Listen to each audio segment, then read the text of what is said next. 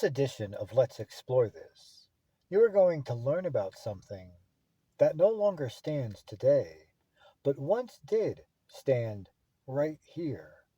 And that something is the Tarboro Railroad Depot Complex. Yes, it is listed on the National Register of Historic Places, having been listed in 1980, the same year its town of Tarboro was listed. So the railroad complex, still standing or not, gets awarded its own episode. Now, don't you worry, 'cause I do have photos. Well, I have three, possibly four, and you will see them when the time is right. Let me start, though, by saying this. Today, in this present age, all you will find at where the complex was once located is this. Yes, it's kind of an empty field. There are, however, what appear to be foundation remains. It's such a shame the buildings are gone. Here's why. The passenger depot and freight house here in Tarboro were significant as the chief surviving buildings that represent the importance of the railroad in the late 19th and early 20th century economic development of the town. The Wilmington and Weldon Railroad, which was built in the 1830s, it did not reach this quaint town of Tarboro until a branch was extended to the town in 1860. In 1869, the line was extended from Tarboro to Edenton, and in the 1890s, when Tarboro was entering an era of rapid growth amongst industrial development, the Norfolk and Carolina line was run from Tarboro to Norfolk. Yes, I know, that's in Virginia, but both the Wilmington and Weldon and the Norfolk and Carolina became part of the Atlantic Coastline Railroad. And that, well, it became a major line in the coastal region. And so, Robert Rufus Bridgers of Tarboro was president of the Wilmington and Weldon, and later of the Atlantic Coastline Railroads. The East Carolina Railway, it was incorporated in 1898. It connected Tarboro with several communities in the region, and it was led by this man, Henry Clark Bridgers. The rail connections were, for Tarboro, crucial to growth and prosperity, like how it is for most communities. Here, though, the railroad, it was especially critical, given that river traffic was erratic and unreliable. And so, around the depot and along the line that reached southward and across the river, well, industrial plants. They began to germinate. Of course, with the railroad bringing all this activity, a depot needed to be built. Well, the depot that stood here in the late 19th century, it was a frame structure. It featured a two-story middle section that held a flanking wing on each side, each with hip roofs and underlined by brackets. Oh, and a shed did extend as shelter toward the railroad. In that wooden building, it was richly decorated in typical mid or late 19th century fashion. And that structure, well, it served until at least 1908, as Sanborn maps, such as this one, show. By 1913, however, this new brick building had been erected, with the older one labeled "to be removed." This here, the freight station, the oldest survivor, is dated 1884, and reportedly it is seen in old photographs circa 1895. Now, I guess they exist. I couldn't find any, so I don't know where they might be. Regardless, though, this here, that wooden section, it dates from between 1908 and 1913, the same time the freight station was reoriented. Now, I did say this here, that wooden section. This might be that wooden section. It probably is, but I am not entirely sure, and if not, well, I have no photo of it. Regardless, apparently at about 1912, a major renovation occurred, including reorienting the freight building and adding to it. The frame depot was, at that time, replaced with this here brick structure. Yes, what once stood here but no longer does, the Atlantic Coastline Railroad Complex. It did contain two principal structures. One of those was the passenger depot, and the other was the freight house, the latter of which includes a brick section and a frame section. Again, I am taking this photo here to be of that frame section. The passenger depot, built between 1908 and 1913, located along the railroad's main line, was a brick structure with a two-story central section that projects as a polygonal pavilion. On each side of that projecting pavilion was a flanking one-story wing. In this central section, it originally held the ticket and other offices, and those flanking sections, well, they held waiting and baggage rooms. Yes, the building.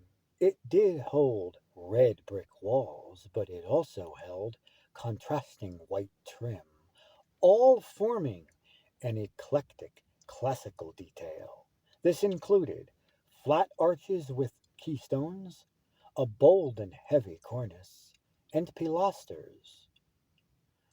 The interiors, well, they were simply finished.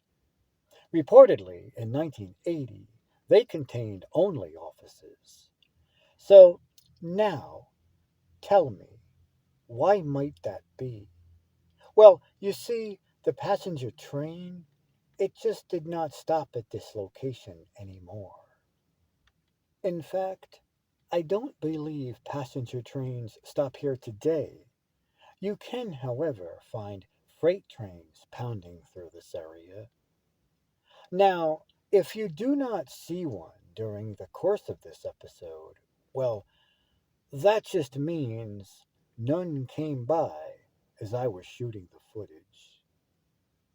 Okay, now, for those of you that don't know, this right here, it is a railroad track.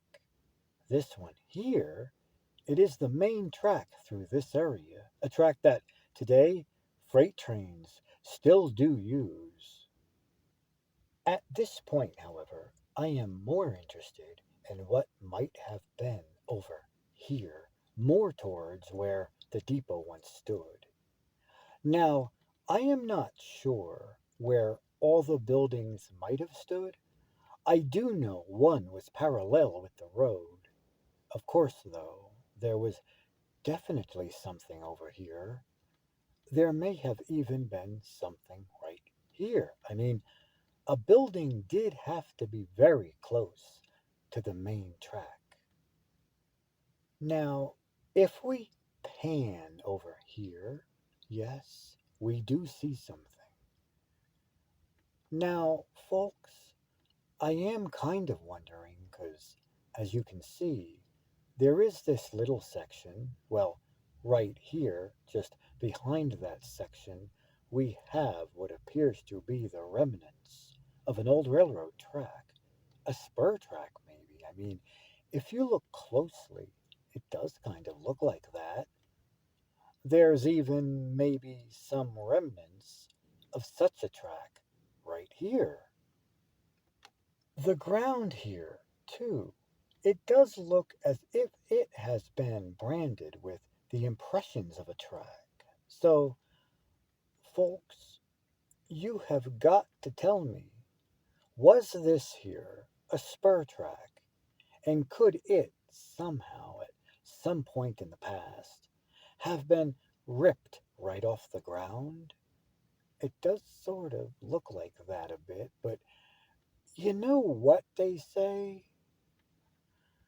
Across the spur track, to the south of where the depot once stood this freight house.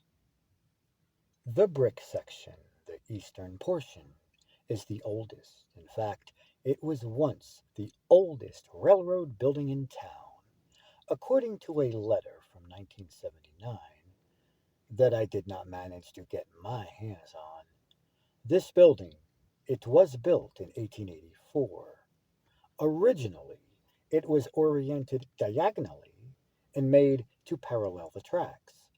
Then, between 1908 and 1913, it was moved, or reoriented at least, to extend east to west and made to parallel this here, Howard Avenue. At the same time, the frame extension to the west was added, so that the total freight operation, as it stood in 1980, dated from circa 1912. Yes, I did say as it stood in 1980. As you can see, there is nothing like that here anymore. Simply stated, it vanished one day and never reappeared. Now, there might not be much here anymore. However, there is this little building that does appear to still be present. Yes, I am not sure how old it might be. I am going to assume pretty old. I mean, it's boarded up. That's right, I am talking about this building right here. And yes, it does parallel this here Howard Avenue, but I am almost certain that this was not what the document said paralleled the road. No, I do think that building was much bigger than this. You know, it was like this. I mean, this pic here clearly shows the building in parallel with the road. So, tell me, what in the world was this ever used for? A switch house, maybe? The electrical station for the depot? A food stand? I don't know, but I cannot help but assume it probably does date back from those days when there was bigger buildings present over here. Still, though, I just can't be certain. Anyhow, back to this long gone, bigger building. Regardless of what happened to it, the brick section, it was a long one-story structure. It held an impressive yet functional design, with large arched openings, all separated by pilasters to create a kind of rhythmic pattern. And the door orifices, they were filled with these handsome wooden doors. This here, the east end of the structure, it is said to have been repainted and slightly remodeled. The main body, however, it is said to have kept its unpainted red brick, and the wooden section, it was of board and batten, also stretched long, but hung low. I wonder, then, if this picture here shows even a tenth of the building, if it is in fact of that wooden section, because there is nothing like that here anymore. I do intend to find out just what happened to it. Well, folks, I looked and I looked and I looked. I just could not find anything that tells me exactly what happened to it. Maybe I was right. Maybe it did vanish and just never reappeared, as if some kind of big mystery. What I did manage to find, however, was this article in this 1997 edition of the Rocky Mount Telegram. It talks very briefly about a failure to save the depot, but they don't say what happened to it. From that, however, I am assuming the depot to have stood until the mid to late 1990s. Still, though, I just cannot help but want to know what happened to it. Or think about it. Is that something we really want to know? Maybe it's just better that we move on right now to our next destination.